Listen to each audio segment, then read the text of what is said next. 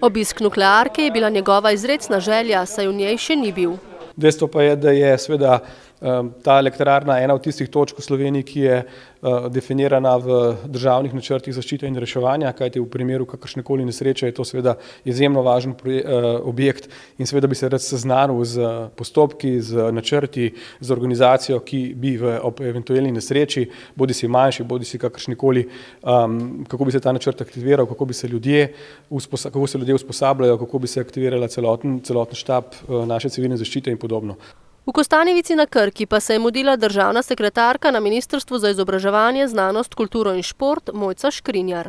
Obiskala je najprej osnovno šolo v Kostanjevici, kjer se je ogledala poleg igrišča, ki smo ga pred nedavnim odprli, oziroma športno-rekreacijskega centra, tudi šolsko galerijo. Obiskala je tudi galerijo Božidar Jakac, kjer so ji predstavili nekaj zbirk.